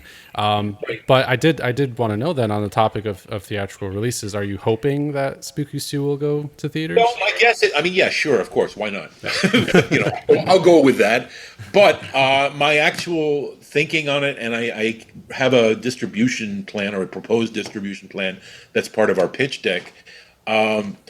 I see in today's market, I think films like this are ultimately going to, as almost any film does for a long time now, most people are going to see it on video one way or another. But that if we were going to do theatrical, I wanted to start out with sort of a limited theatrical release, maybe just open it in different cities over a period of weeks or months, get a buzz going. And I feel a big part of this and filmmakers do this more and more recently that I've seen, is that the filmmakers should go out there with the film. If you're going to do like a premiere in a major city, bring the crew out, bring some of the cast, talk to the audience. I think that this is a bet the Hollywood studios just like are missing out on for the most part. Get your audience personally enthusiastic about the movie. Make them feel like they're part of things. Let them meet an actor they admire, or to meet the director of a film they like, and ask a couple of questions. And I feel for a long time horror fans have been sort of at the forefront of film fans, that they're the most devoted, they spend the most money, they will go out of their way to accumulate like 9 or 10 different versions of a movie just to have different boxes and different releases and things like this. That's and me. this- Right. True. And there's a certain amount of that with the other film genres, but nothing that really parallels what goes on with horror. I would say with horror, sci-fi, and fantasy fans. Yeah, honestly. And it's like, it's weird because like, the horror fans are just so dedicated to this, and then like the stuff that's coming out in theaters, it's either like cookie cutter boo haunted house movies, or it's just some shark jumping bullshit. Well, It's see, always that. I get very frustrated. I talked before about the micro budget films and how they're sort of being ignored by the mainstream filmmakers, not the filmmakers, audience, the mainstream audience and distributors. But they're definitely out there. They're making headway. There are thousands of them, right there next to all the major releases on any streaming site. So it's not like they're invisible. Yeah. Like they once, essentially they once were years ago. I think I think it's a time where distributors are opening up a little bit. The bigger film companies are opening up. I think there's a lot more leeway to do a lot of things. But the point is, I feel like it's the lower budget filmmakers who are usually out there attending screenings, talking to the audience about their movies, etc. The big movies and the big studios for years have been sort of above that. Yeah. And I think that's a mistake, because I think it would start bringing audiences back into theaters. Absolutely, I think so too, and it's really that organic growth that you can see, and it really puts out word of mouth out there. It gets people talking about it because they've talked to the filmmakers and the people who worked on it, and they're able to share that with their friends, and it's honestly a great model to that limited release and going out and doing that. So. Exactly. And getting back to what you were starting to ask a moment ago, I just feel a lot of stuff. You mentioned like the shark exploitation films and all these other things that I get so tired of. All these low budget, and some of them are really micro budget, and some of them are somewhat bigger budgets, of stuff that is just derivative, Yes. semi satire of certain types of films. There should be a law against any film with a title that contains the word Amityville. I was my just God. literally just thinking that This public domain bullshit, like it's the insane. Amityville toilet. Like, who wants to see Dracula's Well, it wife, just Dracula's comes down to curse, son of Dracula. People think, all right, we'll attract an audience with a familiar word or a familiar image or whatever it is, and maybe you will to some extent, but I feel that's like, you really shouldn't be making films if that's the way you're thinking. It's like, why bother? I think a lot of people who are doing micro budget projects are not really so much dedicated filmmakers as they are just looking to get in on something where they can just quickly make a movie without even having to really think about it. It happens so fast and so cheaply, and then they can say, oh well, I am a director and I made this film and it's on Tubi and etc. Oh yeah. And all those movies, like even like with the attention grabbers, like the Amityville stuff, you watch the first 2 minutes and then you're like, okay, bye. Yeah, pretty much. I mean, the caretaker and I used to work at Family Video when that was the thing. The last kind of vestiges of the of movie rental business, and I can't tell you how many like cases we saw on the shelves that people brought up to us and were asking, is this insert theatrical release film here? But it wasn't. It was like supposed to be some ripoff of The Conjuring, and it was called whatever the hell it was called. And it's just people looking to exploit those better known films to make a quick buck, and somehow they ended up in our store. I don't know how, but there were so many movies like that. I mean, countless amounts, and there still are. And it's unfortunate because they're oversaturating that market with all of these bullshit titles. Fortunately, I know pretty well what kind of things to steer clear of and not waste my time with. But I think the average audience member has like only a limited idea of what kind of a, when they see a title and a poster image, they have an idea of what they think this is, but it could be anything. Yeah. Right. Yeah. I mean, it's important to have identity for sure. And I mean, one thing about Spookies is that I think it certainly has that. But you were mentioning that it's important to kind of get on the ground. And we discussed Terrifier. And I mean, that's a huge success story. But I have been seeing a lot of press about, Damien Leone and the cast going Right. out to a lot of these screenings, to these press events. In fact, I think they're going to be here in Michigan, like next week or very, very soon, doing a Q&A at a screening of Terrifier 3. So I know they've been, in light of it being almost Halloween, that they've been getting out there. They've been doing, a number of screenings. I know I just saw pictures of David Howard Thornton at a convention. And I really respect what they managed to do, because it's not an easy thing to do nowadays. yeah, no, it's not. And hopefully, if things pan out as we all hope that they will, you'll be doing something similar to that with Spookies I'd too. like to think so. I think our film works on different levels. While I expect there to be some fairly explicit bloodshed in Spookies 2, I'm not doing, I'm not going the Terrifier route where we're just, looking shock primarily with that. I feel like, I'm doing a very mixed salad here. Yeah. So to get back on Spookies 2, how do you plan to like balance some of the, obviously like it's going to be very nostalgic for a lot of people, and nostalgia obviously is a huge part of today's movie going experience. People love seeing, remakes or retelling of stories. Yeah, but I'll be things honest. like that. I think most of the remakes are the studios or the filmmakers deciding, oh well, people know this, so they'll recognize the title and we can just sell it again to them. Yeah. I don't. I feel there is a certain amount of nostalgia, but nothing that we're doing or that I've written or anything Tom and I initially discussed has to do with nostalgia. It has to do more with what we like in films, what we feel we're capable of, what we think we can do to entertain. Beautiful. Okay.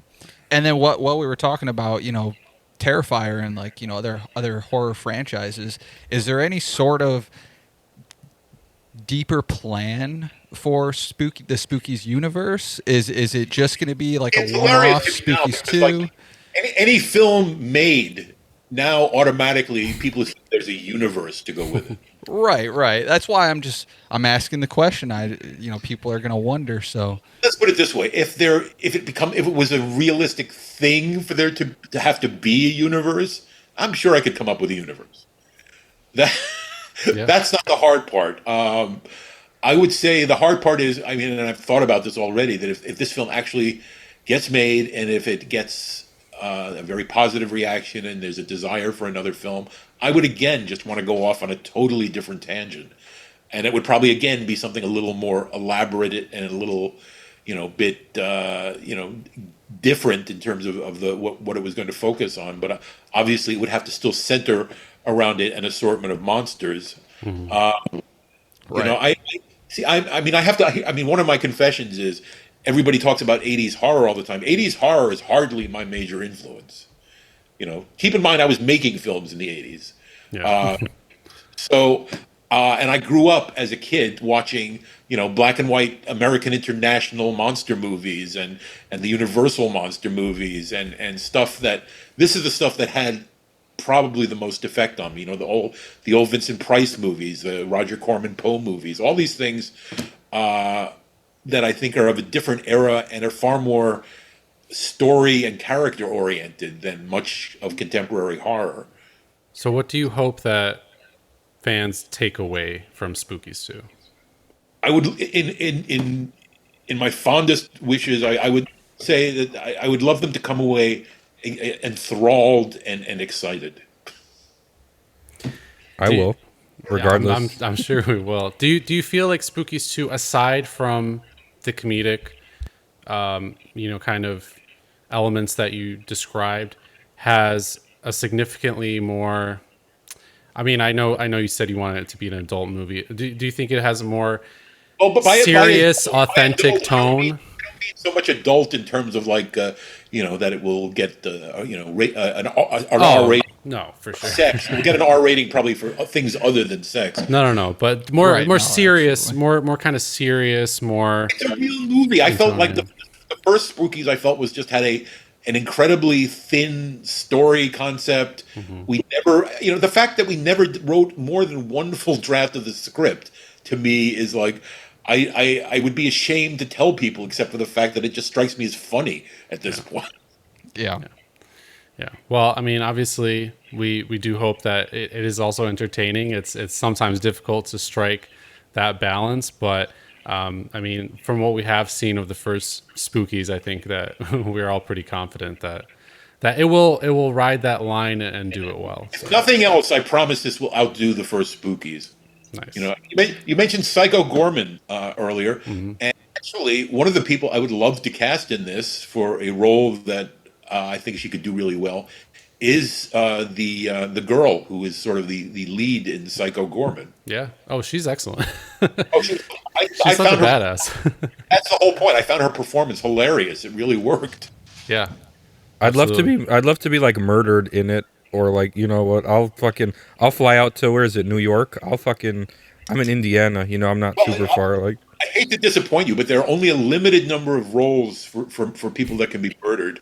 Part of the way that I hope to save money. I mean, it's about it takes place in the town, but the story arranges it so that the town has essentially been taken over by this huge corporation. It's actually caused the destruction of the town after a few years of prosperity, and so the town is essentially people are moving out, and we join proceedings when there's only a handful of people still living in the town.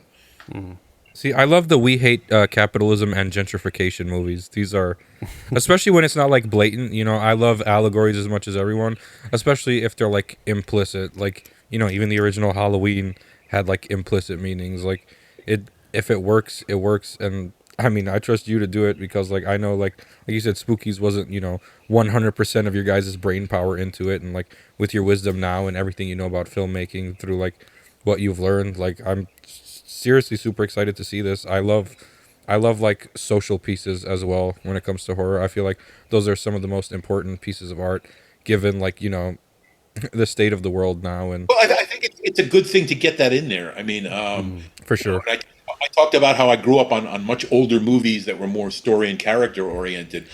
I find that's something that's missing from so many, not just horror, but a lot of contemporary films where I feel there's less emphasis on that. There's less concern with that. I think any movie you want a story that involves you. You want characters that you like or hate or have some reaction to, instead of them being just like blanks that are there to fill a point in the plot or whatever. Exactly.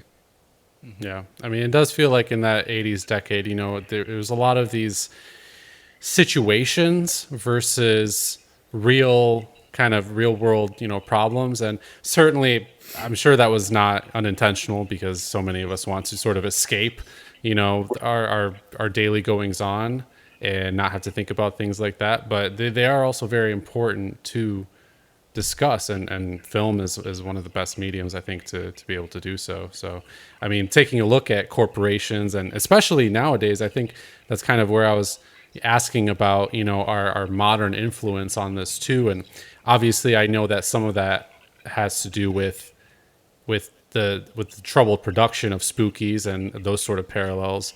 But clearly nowadays corporations, especially here in America, are just such a massive part of our everyday lives, whether we see it or not. So, It's kind of a cliche in terms of, a lot of stories have used that kind of an element. But the fact is now, I think we're all sort of resigned to the fact that corporations own everything, and they pretty much, dictate everything that goes on in our lives in most respects. And, people have, despite the fact that there has always been some resistance and still is, I think people have also accepted the fact that, yeah, this is the world we live in. Yeah, and it just sucks because like all these corporations with this like elaborate ruse and facade of being like, oh, we're person centered, we care about the people. Meanwhile, even me, like a couple months ago, my partner, she had an ectopic pregnancy and almost died, and we lost a child. And then the company I was working for, they're like, oh, we have your back, this and that. 3 days later, when you coming back to work? You don't have FMLA, you haven't been here a year, you don't have PTO, we need you to come back to work, yada yada yada. And it's like, we're a family, and by that you mean, hey, we're gonna work you like a horse, and then we're gonna throw you a pizza party, and hopefully you shut the fuck up. Yeah. Gosh, Sadly. this sounds like something I said. The last full time job I had, which ended 10 years ago, I was working for a South Asian television company in Queens, in New York City, and they sort of had a similar attitude, where it was. We're family until there's something that we would prefer not to be, involved with, or we'd prefer not to have you do, and then you're no longer family. I think that's part of business in general, but I hate the kind of hypocrisy that a lot of it involves, and I especially do hate the hypocrisy of companies that try to, that will have advertisements and that sort of thing, telling the public how much we are concerned with you. Yeah, We're absolutely. I don't believe they're concerned at all. I believe they're concerned in terms of whatever the profit is they're making off of those people. But to me, it always comes across as incredibly phony. And I think ultimately, I think that's part. I mean, there's a big nationwide or worldwide conflict now about things such as wokeness, about certain ways of looking at things, about seeing things socially and otherwise in society. And I feel that's been accentuated to some degree by when corporations, and I'd say Hollywood too, just pours it on too thick, just overdoes it, becomes like a parody of what they're actually trying to Yeah, say. honestly. And it Yep. like kind of like when they pour it on too thick, it kind of undermines like the actual message, and people don't even Absolutely. want to hear anything from that perspective in general, like ever.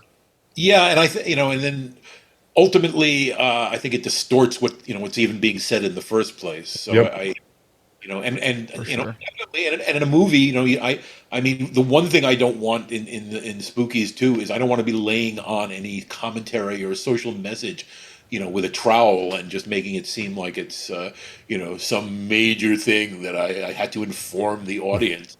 It's just there as a story element. It's Yeah. and story elements of that sort of been used, long before this era, and and corporations will always be the enemy of the people, most likely. Yeah. Yep. Yeah. I mean, I was wondering about to what extent, that kind of messaging or themes would be present in Spookies too, because obviously you kind of have to toe the line between subtlety and actually getting it across and still maintaining it as a story element, because it's so easy, I think, to just, hammer the audience over the head with these kind of things. I Oh know. I mean, yeah. I try and make it work in terms of developing, an element like that through the story, and then giving it, like a fitting, a satisfying climactic moment that brings things together, as far as that aspect goes. And I think that that's all important, but I don't want it to overwhelm. I don't want any, I would be really upset if anybody felt that element was overwhelming the rest of the film. Sure. Yeah. No, I Yeah, for agree. sure. I mean, nowadays everything has to be like super implicit too, for the sake of like who's gonna want to watch it. Because if anything's like not subtle, then everyone kind of shits on it. I mean, you saw the remake of Black Christmas. Like, That's another aspect of contemporary film where I feel like it's weird because audiences in some ways are much smarter than they've ever been because they've seen more stuff than any other generation, and people have sort of a working understanding sometimes of very sophisticated things, very sophisticated stories, but at the same time, I feel like in some ways, and this has got to do really with facts like you were just saying, like the studios want to make films dumber. They want to make films more easily acceptable to the people they're trying to sell them to. And in some cases, that really, makes your dramatic and other elements suffer quite a bit. and it's kind of like insulting to the viewer, but is to us, what would be, what we perceive as insulting might be eye opening to some, which is crazy because, like, you mentioned like the level of intelligence of the moviegoer, but then the average moviegoer, the average Joe, like a lot of people don't even think about half of these things, and they're just like, "Well, I never looked at it that way." You know what I mean? So it's I just mean, a balance. I think that's always been the case with society. I mean, you've got a vast majority of people who don't know shit, are not necessarily trying to better themselves, think that they're already smart. Why would they want to be smarter? Yep. Just a lot of cognitive dissonance in general, even in like the movie business, which is Right, right. insane. But I would never. I mean, I can't see myself ever making an effort to cater to that kind of mentality. I mean, and if I ran up against that, I'd definitely combat it because I would rather make the audience work a little or think a little and maybe come away with something more than they had before they saw a film. Yeah. No, it's important because I mean we've discussed this on the podcast more times than I'd like to admit, which is, the over explanation of so many things, the not only the tropes, but the like massive exposition and having to explain everything, every little thing. And then like to people in the just movies, for some reason too, like every like villain in horror movies like coming into frame and explaining their whole reasoning like some sort of Bond villain. Like that's Yeah. crazy. I don't understand how that is still done. in contemporary None of movies. us do. You'd think that, all right, well, we've played this kind of explanation or this type of way of working a story. It's been done to death. Why continue to do it? But they've doubled down on it. It has, and I've seen plenty of movies with that, like exactly what you're talking about, where it's like, so characters will go on at length into details of things that you really have no need to know. I don't know. And at the same time, there are movie fans who do want an explanation of everything. They'll Yeah. feel like somehow the film has failed if it doesn't make everything clear. No, that's why like I'm not a big fan of like prequel movies. Like or if like all of a sudden like I don't know. That's why I didn't like Rob Zombie's Halloween. Not because the whole white trash aspect. It's like we don't need to know why he did what he did. I don't care. But it's crazy. I wanted to get back for a second like about like modern horror like. Even like I think the big thing about like all these exposition dumps and all this stuff is because Right. people always complain like online that I had to Google what this movie meant. So I guess like they're trying to dumb it down for audiences while also like insulting like the diehard like horror movie goers who can think critically and like break down things and don't need everything like explained in like a 14-minute exposition dump. But I also think that if you did need a 14-minute exposition dump, maybe the way you shot your movie or maybe the way that the script was, whatever it was, just Right. wasn't good enough to like get your message across, Well, you should in writing your script and directing your movie. You should be as aware of and as certain as possible that the story elements that are important are coming across, that the emotions that you want the audience to have are getting to them, that they're not leaving the theater wondering, why did this character do this or why did this happen? I feel, I mean, that's always a problem with films to some extent, but I mean, overall, I feel a lot of the craft has been, is sloppier nowadays. And I feel the fact that it's easier to shoot on video than it is on film has something to do with that too.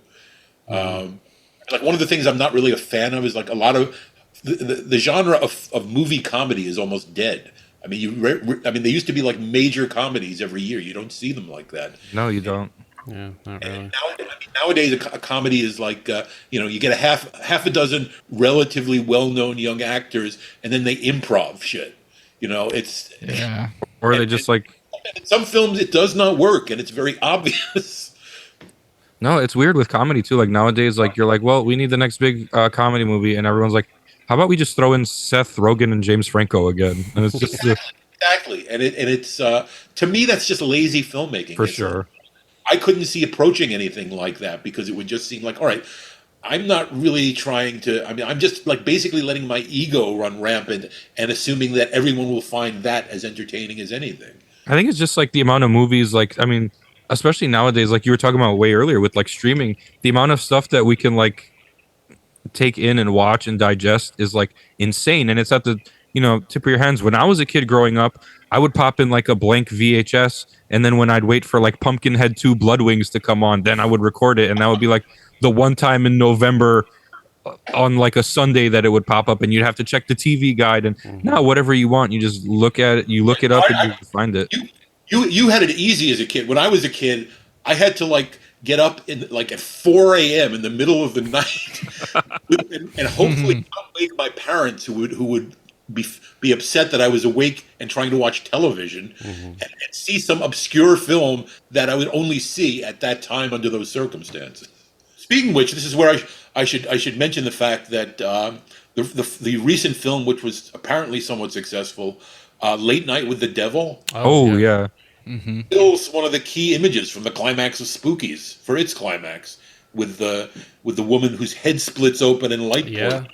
Oh yeah. I never made that connection, but I mean, now that you say it, it's pretty clear. Yeah. Oh yeah, it's Definitely, clear as day. I can see it. I wasn't thinking it now, but And I feel sort of like somewhat flattered by that, but at the same time, I'm surprised they even did it. I mean, to me, it would have seemed.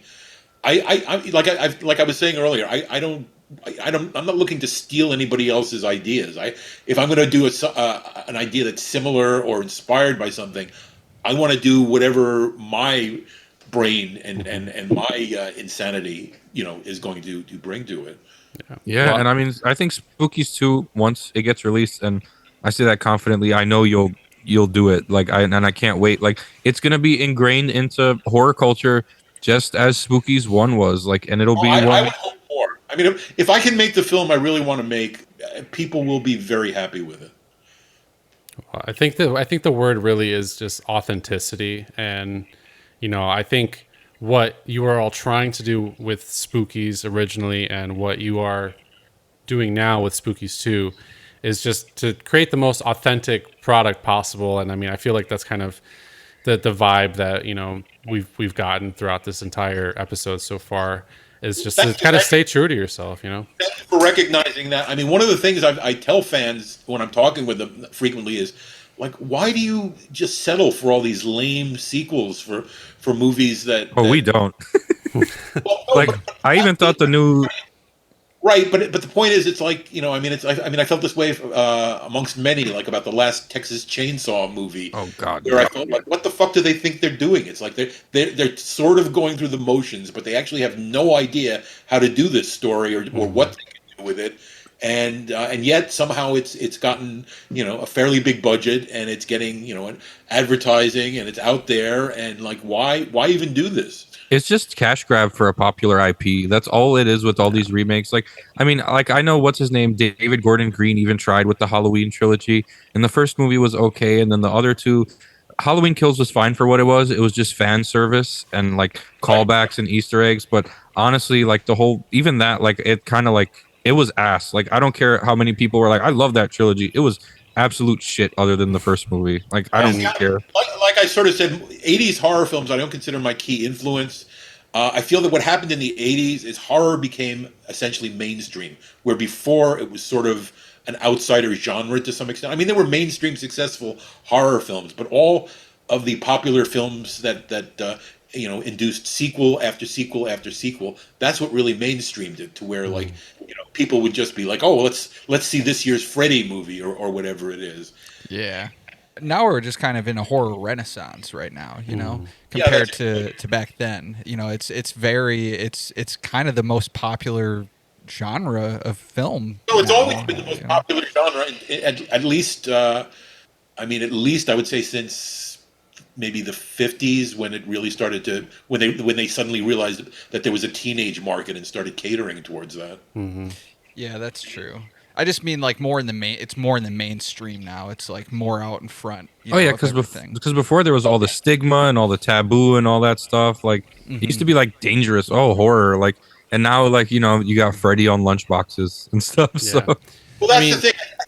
I mean, recently they've been advertising the new Terrifier film, by saying, people are screaming and vomiting and fainting, and we have nurses on hand, and this is stuff they used to do back in the 50s. Oh yeah, I read so many articles about that. Well, I did want to ask, because of your roots of this project and of everything we've been discussing, in terms of new filmmakers or micro budget filmmakers, or even just filmmakers like us who are aspiring to, really put something significant out there, what advice do you have for them? Give up now while you're young.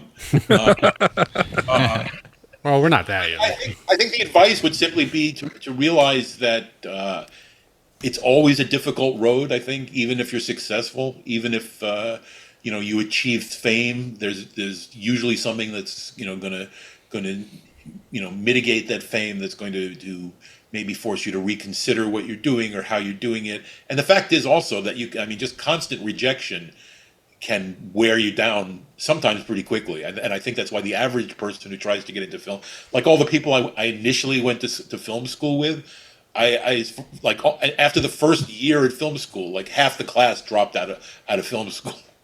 It's obviously something that not everybody can quite deal with, either whether it's creatively or just the raw guts you have to keep putting up with all this shit year after year.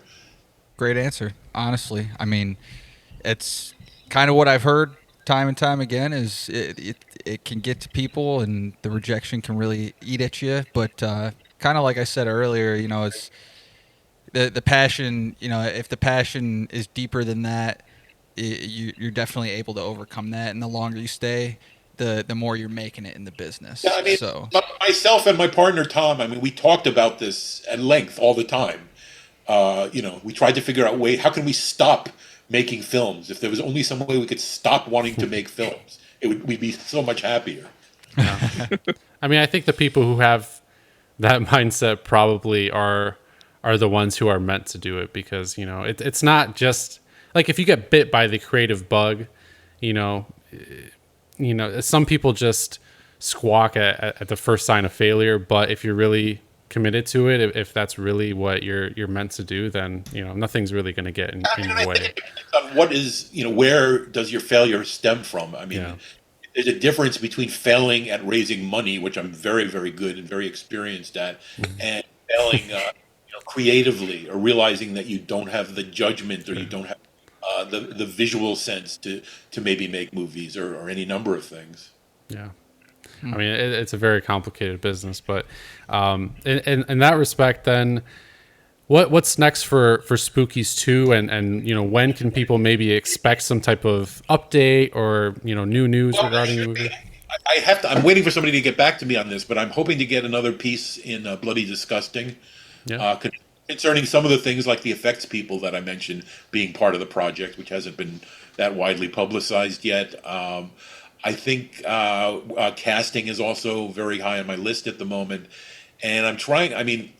I told you we have a couple of companies interested, and we do, and they've sort of said that they definitely want to do the project. However, contracts haven't arrived yet. They're getting business matters settled, so I don't take any of that as gospel. I want to continue to get the project out there, but I think the way to get it out there is to get a couple of name actors attached that will make it easier for some people to decide it's worth bankrolling, really.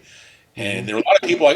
The main issue is that I don't want to get into a position that if you're at a major company and you want to get a script to an actor, or you want to get them to agree to be a part of a project, there's usually upfront money involved. Yeah. And even if we get the money I'm looking for, I don't expect there to be that much available upfront money. But I'm thinking of possibly doing a crowdfunding thing simply to raise money so we can go to casting directors and say, hey, we want to get X, Y, and Z. What do they need? What do we need to be able to attach the name to our project, which would then help us with any fundraising efforts. So I'll tell you what, this is so silly, but when I watched Spookies, I was at such a rough time in my life. I told you about my legs being crushed by granite, and then not even. How are you doing since that happened? He can walk. I'm bionic basically. That's what I got TikTok famous for. I told the story of how it happened. If you want to look at my TikTok, it's just legs were everywhere. That's how I explained the situation. Because after I got crushed and they pulled me out, my legs looked like broken Twizzlers and pretzels, and it was ridiculous. But shortly after that, a year later, we had to put the podcast on hold because not even a year after that, one of my best friends hung himself. So it's just I was going through a lot. I was like having like nonstop like panic attacks, and I was stuck in the house, and like horror was my reprieve. And you can ask Bart. I was pretty much a homebody. I would never really leave, and then Spookies was one of the one of the distractors, and one of the one of the pivotal times. Like me and Bart still to this day, like we'll talk about Spookies and we'll like touch base on like, bro, Spookies was fucking crazy, huh? Like what was up with the farting monsters? That was kind of out of place. But because later, yeah, I mean, we couldn't even hear the farting on the fucking this fucking dog shit quality. I don't think so. The thing regarding that I still can't get over. I mean, there are many things about it I can't get over, but the farting, most of it is in the music track. Oh my god! Wow. Well, I saw the sound engineer in the documentary who basically took credit for it, and yeah, I didn't know it was part of the music. I had a brief before the documentary was made, years before. I had some back and forth with him on probably YouTube, because he had posted about having done all that with the sound effects, and I made a few unpleasant comments to him, and he was like, "Oh, what are you bitching at me for?" And then later he bragged about being the one responsible for getting the farting in there. Yeah. Well, that was one of in the back of my mind was one of the things I asked about when I asked about the horror elements before, because I mean, I guess I suppose I understand why they did it. However, well, I think they did it because our backer Michael Lee was obsessed with toilet humor, including farting. But obviously, in my opinion, if that wasn't part of it, like you said in the documentary, like that scene would have been much more effective in terms of horror, like suspenseful. In the original version, that scene was pretty effective because those things look pretty, they're threatening. Oh, they're gnarly, yeah. But it was cut. Let me put it this way: it's cut in such a way now. It looks like there are two of them. They're the muckmen, by the way. That's what we always refer to them as, the muckmen. And there were originally three of them in the scene, but the way it's cut now, it looks like there are only two of them. And another thing I don't understand. It's so fucking weird. Yeah, I mean, I could definitely see that scene being much more suspenseful and scary without, See, that's one of the things too, is that the way it was recut, there was suspense. Those scenes were, had a certain amount of suspense built into them. But if suspense basically requires slowing things down enough to be able to not let things happen to keep somebody in suspense. Mm-hmm. Yeah. But when you take a scene like some of this, like the Spider Lady scene, it's just boom, boom, boom, boom. It's all over in like 30 seconds. Yeah. Yeah. Well, if there's anything to take away from this episode, it's the importance of proper editing. And editing is my favorite part of making movies, actually. Yeah. Hey, the film comes to life in the edit, man. That's true. I mean, till you get there, I mean, you can film everything on set, get the footage. The footage might look great, but really, you get in there, you start putting a rough cut together, and it's still like, you still have all the sound, all the little tweaks, all those little things that you have to, the sound effects, the music, all of that really that brings it home. And it's not until then that you really see the vision come to life and you understand, okay, that's what it was supposed to be, or that's what we were going for. Because before then, it's difficult, especially if you're not the one who had the initial vision, or you don't share that vision with someone else who's editing it or working on it. Then you really have to, be, very on top of your game in post-production to make that film come to life in the edit. And well, I'm a visualizer. I always think in very visual terms. I usually have already thought out the cutting and things like that in advance. I know what I'm going for. I mean, things change, but I've also seen many directors who they shoot stuff and they have no idea how it's cutting together. Without a good editor, they would be really kind of stuck.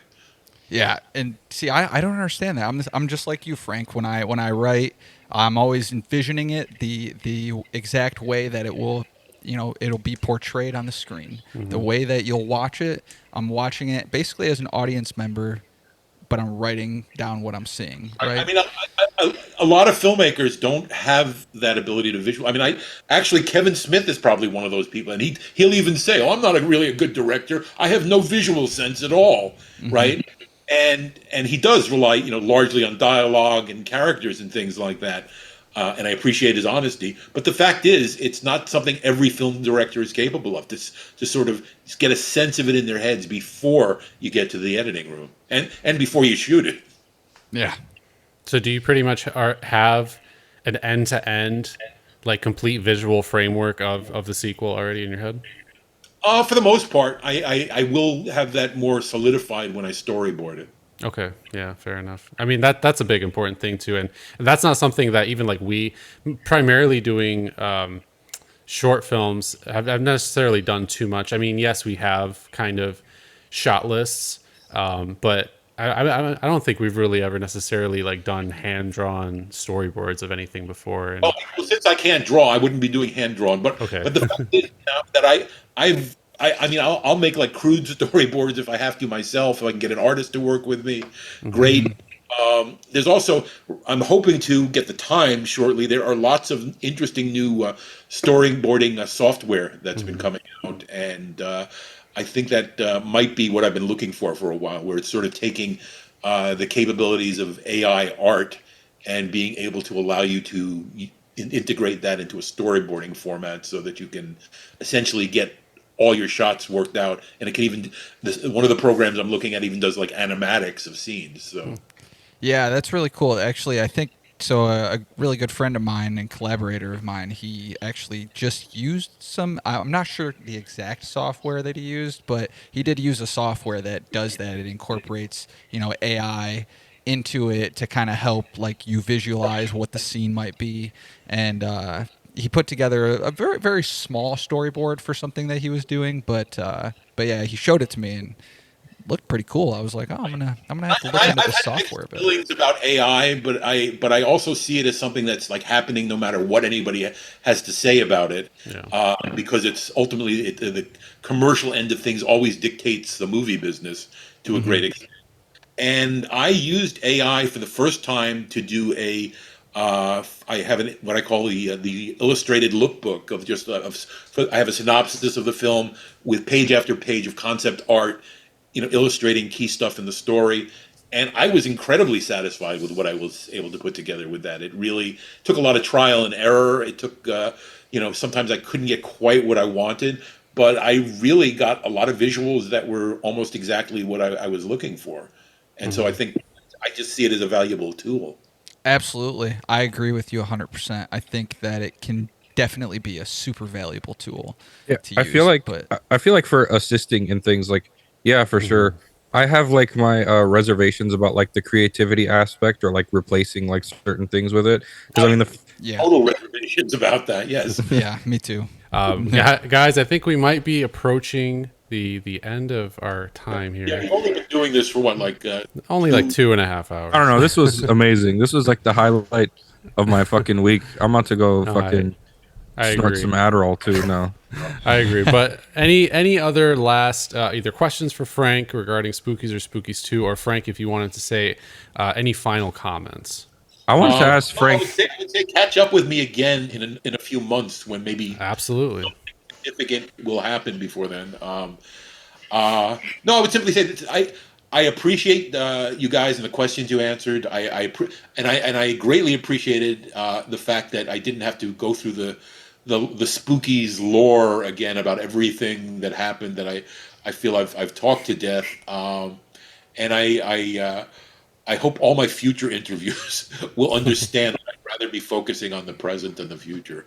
Oh yeah, No, we had perfect. I had really no intention about uh talking you to death about Spookies one because like I said, I saw the documentary. Once I found out who you were, and then Bart's like, "Hey, guess what? Guess who we got on the podcast?" I'm like, I don't talk like that, by the I'm way. like, no, That that's impression. no, yeah, no. I mean, only, That's just the typical mocking imitation Yeah. of people. yeah, no. It It's is. just, it's It's how just, I, it's how I just do it friendly too. squabble. But Frank, I was gonna ask you, you do love horror. What are you doing for Halloween? Is my final question. Probably nothing, because I live in a very small town. I have literally almost no social life now because almost everyone who I was friends with here in town has moved elsewhere. So I have no plans to go out anywhere or anything. And trick or treaters, even in a small town where you'd think there'd be kids out on the streets, I've never had a kid knock on my door on Halloween. Yeah. Damn, that's crazy. We had one family last year knock on our door, but that was about it. But normally my wife and I would just binge watch, horror movies on Halloween and just make some snacks or something. So. What I know, lots of adults have just taken to, instead of sending their kids out to trick or treat, they'll just have a party and let that's. Or they do those trunk or treats where you just go into there's trunk or treat. How many times have we been warned as kids, like, don't get near a stranger's car, and now we're like getting close to their trunk to get candy? What the fuck? Now we're making we're making their jobs easier. Like, I think I'm just gonna fucking dress up as Catwoman and just harass people this fucking Halloween. I don't know. I am definitely hopeful to get this episode out on the internet before Halloween. That way, a lot of people can kind of have their spooky listening session and hopefully have enjoyed Spookies and will enjoy these updates about the sequel. And to tell the truth, so far I have had people, and this goes back a few years, but especially more recently after the announcement about the new film, but a lot of fans just come to me and say, I will do anything to work on your new Spookies film. And the majority of them, they're not just fans, they have professional experience or at least ambitions to some degree. And anybody who's intelligent and is actually willing to work, etc. I mean, I can't pay anybody now, but if you want to volunteer, fine. Please, I'd like to bring you into this, and if we get the money we're looking for, I'd like you to be a part of the production. I get it. I mean, I'll do anything to help you out because, like I said, man, like, there's Spookies was there for me, as silly as like some parts of the movies are. Like, it's in a weird way. I didn't mention this, but we have something in common in that you had this experience where you almost lost the use of your legs. I about exactly a decade ago suddenly found that I was slowly becoming paralyzed, and this is something my partner wants to like make a part of my persona to the public, etc. But back in like 2014, I started to lose the use of my arms. My legs got weaker. I eventually could barely walk from one room to the next. I was in constant pain, and I couldn't get a diagnosis for 3 years. Eventually, I did. I have a disease called myasthenia gravis that prevents oxygen from getting into the muscles properly. Fortunately, there's medication for it, and I live like an 80-90% normal life in terms of what I can do physically at the moment.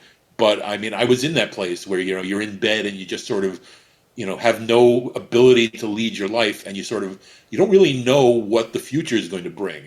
And somehow I managed to not get depressed or think in a way that was going to make it even worse. All I could think was, I have so many things I want to do. I want to make some movies. Have to get out of bed.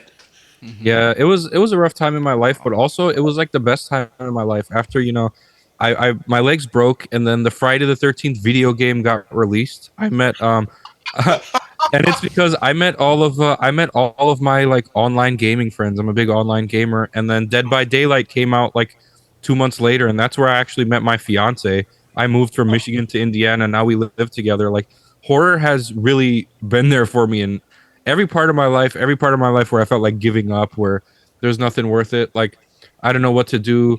I would just get on the couch, veg out. I'd watch a movie, a horror movie specifically, and every single time it never fails to take me out of it. When I was a kid, we used to go to this video store. Bart knows about it, on Joseph Campo, Video 22. Yeah. Me and my sister Betty or my dad, we'd go in there. We'd rent some horror movies, or I would go to the old Suncoast store with my dad, and he would buy me I would go for independent horror movies when I was little. Like, I'd find some random DVD and give it a shot. Yeah. I mean, horror has been my thing since I was a kid. I was just too, like, my dad was on disability. Mom was a busser, so couldn't really afford all these things. So finally, when I got my legs completely, like, almost evaporated out from underneath me, I finally won the lawsuit. I mean, look at this room. Like, everything is, like, basically everything I've ever wanted from, like, childhood. And then the Jason masks above me, I actually, let me see. Yeah, all of those, I made those from scratch. I just had a blank hockey mask, and I just looked at a photo of the ones from the movie, and I don't know, I feel like I didn't really have a childhood. My dad got sick when I was like 15. He had like schizophrenia, and then like a lot of stuff happened, and I had to like watch the family. So like I never really got to finish like my childhood. So I'm still catching up on things that I held dearly to me. And Well, I think, I mean, personally, I mean, you guys told me about, that I come across with enthusiasm and genuineness and etc. And that's essentially true because my enthusiasm is real. I really have this excitement, and I like to retain that element of still being a kid, where you're still like impressed and Yes. amazed, whatever else. And I mean, to me, a peak movie experience is when I can basically be so taken in by something that I am a kid again. I'm just there, and I'm in the movie, and I'm not thinking about anything else. I'm not worrying about anything else. I'm just there. Yeah, that's what it's all about. I mean, and it's so weird, like, because like the two, like, people from like independent films or films in general that I've reached out to, like, that I've ever talked to so far is honestly you, and the only other person to ever reply honestly is David Howard Thornton. I've had conversations with him on like Facebook. He replies to people. He has like, me and him have had conversations about like movies, about him being in like video games and stuff like that. He's a cool dude too. So like, it's like you were saying earlier about all these independent I, people, I like they actually interact. I've had online chats with him, which I did like right after the first Terrifier film. Yeah, same. And here's something. Here's a scoop for your show. I actually have someone getting Spookies 2 script to him, and I have a role. Oh, And I have a role that I actually wrote for him. Wow. I think he's good. I I don't know think if we can get him. He's going to be like really expensive to get very soon. So, I think he'll do it. I mean, he did that crazy like Grinch spin-off that really was a like horror. True. He did, yeah. Well, I've got a part for him that's not really a horror part. It's more of a comedy part. But one of the things he said when I chatted with him that he said to me, and then I've seen him say in interviews, he likes to do physical comedy. Oh yeah, he does. I've So heard I have that. a role that's like basically all physical comedy. Well, he did I think a fan film or something as the Joker, and which obviously is extensive physical comedy. And Right. if you see that clip, I mean, just from his facial expressions alone, the way he moves his body to kind of portray a very cartoon-like version of the Joker is well, very impressive. And obviously, what he does as Art the Clown is a lot of physical. Yeah, I mean, for me, comedy as well, it's so. his performance that make those movies. That he just has a presence that is striking enough on its own that everything else that's surrounding it is sort of secondary. Yeah. Honestly, Definitely, 100%. Well, that's a super interesting scoop. So we'll see how that pans out. We would definitely love to have you on with updates in the future if you're interested. But I think we're probably going to have to cut it there, unfortunately. But we're very, very thankful For sure. for you coming onto the show, and we very much look forward to more about Spookies 2 Spookier. And I look forward to talking to you again. We had a good conversation. Absolutely. Thank you so much, Frank. It was great talking to you, man. Thank you for being here, and thank you for expanding on Spookies 2 a little bit for us, and giving us at least what you could with it, and answering all of our questions, and just talking with us for a bit. Honestly, it's been a blast. I appreciate you guys, and let's do it again soon. I'm down. Absolutely looking forward to it. For sure. All right, thank you, Frank. Fantastic, man. You have a nice night, guys, and we will talk soon. All right, See you, Frank. talk very soon. Thank Bye. you. Bye. Have a Take good care. night. All right. Good night Thank now. you, Frank. All right, Fiends. So that was Frank Farel. Thank you so much to him for coming on and discussing Spookies and Spookies 2 with us. Obviously, you're going to want to stay posted on more information regarding the sequel, which I'm very much hoping is going to be highly anticipated by a lot of you. I know we're super excited about it, but that's going to do it for the end of episode 111. Guys, where can they find Grave Discussions if they want to stay up to date on all of our stuff? Oh gosh, I mean, if they want, they can check Podbean, they can check Apple Podcasts, they can check our socials. Grave Discussions has a TikTok, we have a YouTube page. Do we still have that X account? No, but we do have a Facebook and Instagram as well. Okay, fuck X. Yeah. Yep. They could also check us out if they want. We are online, gravediscussions.net. Yeah, all our brand new episodes, as well as new articles, host bios, past episodes, and everything else is on the website. So go check that out. And as always, I am Barnabas. I am Samael. And I am the caretaker. And fiends, we will catch you next time from beyond. On grave discussions. And